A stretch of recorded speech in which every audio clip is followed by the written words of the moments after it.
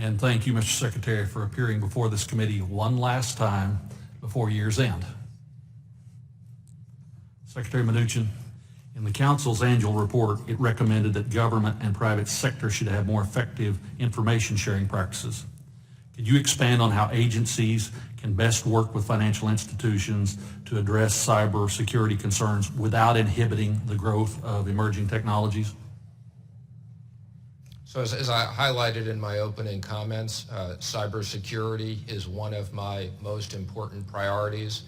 While I think the industry is well prepared, we can never be prepared enough. The bad people continue to operate.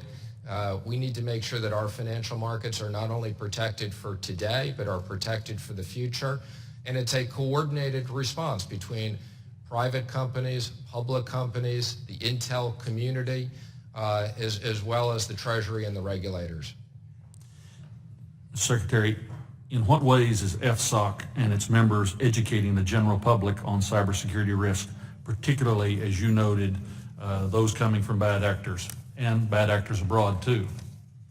Well, our focus is less on educating the general public and more making sure that the banks are educated, they have the best practices. The general public will be protected as long as the banks and the financial system is protected, and that's what we work on every single day.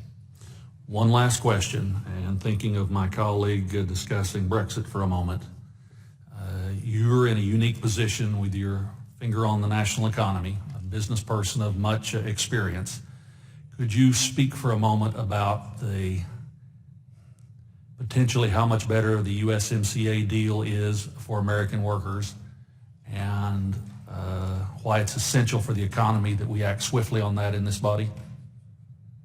I mean, first of all, let me say I hope that Congress passes this between now and the end of the year. I know Ambassador Lighthizer, the Speaker, and others are working closely on this.